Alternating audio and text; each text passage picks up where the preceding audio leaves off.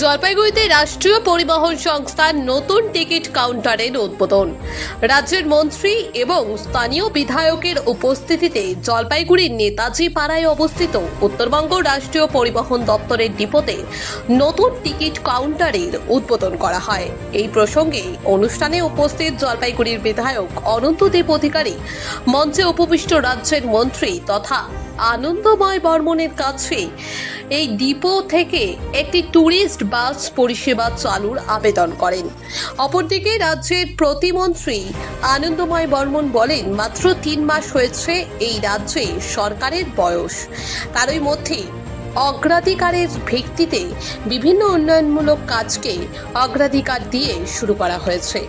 আমি অনুরোধ করবো, এখানে যে সামনে উঠানটা দেখছেন, এটা কাইন্ডলি যদি আপনি তাড়াতাড়ি স্যাংশন করে দেন, তাহলে একটু জনগণ তাদের সবার সুবিধা হবে। সবুজের হাতছানি বলে টুরিস্ট বাস চলতো, এখন বন্ধ আছে। যদি আপনারা চালান, জলপাইগুড়ি কথা এই উত্তরবঙ্গের ভ্রমণ প্রশাসন মানুষের জন্য সবচেয়ে আনন্দদায়ক একটা জার্নি হবে, এটা চেষ্টা করবেন। এছাড়া বিভিন্ন যে সমস্ত রুট যেগুলো একদম ইন্টেরিয়র আমি নিয়ে নিচ্ছি দাদা। স্যার, অনেক দিন ধরে একটা সেই সমস্যা ছিল টিকিট কাউন্টার, আজ তো সেখানে উদ্বোধন হলো। কি ফেসিলিটি পাচ্ছে এই নতুন কাউন্টারে? টিকিট কাউন্টার তো আগে ছিল, সেটা হয়তো ঠিকঠাক ছিল না। নতুন করে একটা সুসজ্জিত নতুন বানানো হয়েছে, যাতে মানুষরা এই বৃষ্টি হলেও যাতে এখানটাতে আর একটু সেন্টার পায়। অনেকজন দাঁড়াতে পারে, 30-35 জন যদি বৃষ্টিও হয় 30-35 জন আরামসে থাকতে পারবে। এবং এখান থেকে শিলিগুড়ির বেশ কিছু ডিমান্ড, তো শিলিগুড়ির সবচেয়ে বেশি, তো শিলিগুড়ির জন্য 2টো কাউন্টার করা হয়েছে, টিকিট সবাই যাতে তাড়াতাড়ি পায়। এবং এর সাথে সাথে হলদিবাড়ি রয়েছে, মালবাজার রয়েছে, অন্যান্য কোচবিহার জোড়াই, সেগুলোও টিকিট এখান থেকে দেওয়া হবে। এবং আশা করছি যে এখানে এই টিকিট নতুন কাউন্টার হওয়াতে এখানকার যারা যাত্রী রয়েছেন তাদের যাতায়াত ক্ষেত্রে এবং টিকিট কাটার ক্ষেত্রে তারা অনেক সুবিধা হবে। তো আগামী দিনে পুরো এই যে ডিপোটা রয়েছে এটার আরও আধুনিকরণ করা যায় কীভাবে, সেটা আমরা দেখব। অবশ্যই আমরা আজকে আমরা দেখতে পেলে যে দীর্ঘদিন ধরে এখানটায় যে টিকিট কাউন্টার ছিল সেটা খুব ভালো তো ছিল না, যারা কোনো শেড ছিল না, যাত্রীদের দাঁড়ানোর ব্যবস্থা ছিল না, বৃষ্টি যখন আসলে তাদের অসুবিধা হতো। সেটা নতুন একটা টিকিট বুকিং কাউন্টার আমাদের করা হয়েছে, তাতে এখান থেকে যারা শিলিগুড়িতে যাবেন, যারা কোচবিহারে যাবেন, মালবাজারে যাবেন, হলদিবাড়ি যাবেন, তাদের শুধু এখানে টিকিট কাটার ব্যবস্থা।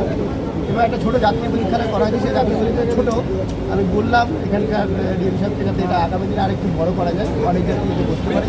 এবং এখানে গ্রাউন্ডেরও একটা সমস্যা রয়েছে, গ্রাউন্ডটাও একেবারে পাকা নেই আর কি, ফিক্স করা দরকার বা ঢালাই করা দরকার। তো সেটা যাতে হয়ে যায়, আগামী যাতে কমপ্লিটে এটা করা হয়, তাহলে বর্ষার সময় অন্তত জল কাদার সমস্যা কেটে যায়, সেগুলো আমরা করবো। এবং বাকি যে সমস্ত আনুষঙ্গিক দিকে আমাদের আরও এখানে উন্নয়ন করা উচিত বা আধুনিকরণ করা উচিত, সেটা আমি বললে আমাদের প্রস্তাব আপনারা দেন, ওনারা রেডি করছেন। প্রস্তাব আকারে আসলে নিশ্চিতভাবে আমাদের দপ্তর থেকে সেগুলো আধুনিক করা হবে। দীর্ঘদিন ধরে যে সরকার চলছিল, দীর্ঘ 15 বছর ধরে, তারা কিন্তু গোটা রাজ্যে এই পরিবহন ব্যবস্থাকে একটা বেহাল অবস্থায় ফেলে রেখেছিল। এবং সেখান থেকে নতুন করে এই পরিবহন ব্যবস্থাকে আমরা গোটা রাজ্যের মানুষের কাছে যারা ভালো পরিষেবা দিতে পারে সেই চেষ্টা আমরা করে যাচ্ছি। আমাদের সরকারের বেশি দিন সময় হয়নি, 3 মাসে এখন পর্যন্ত হয়নি বলতে পারি। তো তার মধ্যে কিন্তু আমরা অনেক ধরনের এই উন্নয়নমূলক কাজ আমরা শুরু করে দিয়েছি।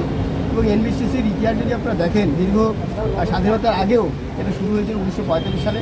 এবং আমাদের দেশের যে সমস্ত গণপরিবহন ব্যবস্থাগুলো রয়েছে তার মধ্যে অন্যতম প্রাচীন হচ্ছে এই এনবিসিসি। কোচবিহার রাজা ছিলেন সেই সময়তে, আর নৃপেন্দ্রনাথ তিনি শুরু করেছিলেন। কিন্তু স্বাভাবিকভাবে আমরা এর আগামী দিনেও যাতে মানুষ যাতে সঠিক পরিষেবা দিতে পারে, মানুষ অলরেডি এই পরিষেবা পাওয়ার জন্য আগ্রহী। আমাদের সরকার আমাদের এই রাজ্যের সমস্ত মায়েদের, দিদিদের, বোনেদের বিনামূল্যে আমাদের এই সরকারি বাসে যাতায়াতের ব্যবস্থা আমরা শুরু করেছি। আগামী দিনেও অন্যান্য আরও আধুনিক করার ক্ষেত্রে এবং পরিষেবা প্রদান করার ক্ষেত্রে আমরা সেই কাজ করব। এবং খুব তাড়াতাড়ি আমরা আমাদের এই এনবিসিসির জন্য আরও কিছু সরকারি বাস, আমরা তার মধ্যে বেশ কিছু সিএনজি চালিত এবং ইলেকট্রিক ভেহিকেল ই বাস আমরা সব চালাবো। অলরেডি কলকাতাতে কসবায় আমরা প্রায় 50টি এরকম নতুন বাস আমরা পরিষেবা শুরু করে দিয়েছি। তো পুজোর আশপাশ দিয়েই আমাদের এই উত্তরবঙ্গ আসবে এবং 400 বাস আসলে উত্তরবঙ্গের জন্য প্রায় 100 থেকে 150 বাস আমরা এখানে পরিষেবা দেওয়ার জন্য আসবো। লাভা, লোরেগাঁও, চারখোল কিংবা পাবং ভ্রমণের পরিকল্পনা করছেন? আপনার আরামদায়ক থাকার ঠিকানা YC inn homestay and Kamala restaurant, সন্ন্যাসী দ্বারা। আধুনিক সুযোগ সুবিধার কক্ষ, ঘরোয়া সুস্বাদু খাবার আর অনুকূল আবহাওয়ায় কাঞ্চনজঙ্ঘার মনোমুগ্ধকর দৃশ্য সবই একই জায়গায়। থাকা ও খাওয়া মিলিয়ে মাত্র 1200 টাকা প্রতি ব্যক্তি। বুকিং করুন এখনই YC inn homestay and Kamala restaurant, Uttarbanga ভ্রমণের আরামদায়ক ঠিকানা।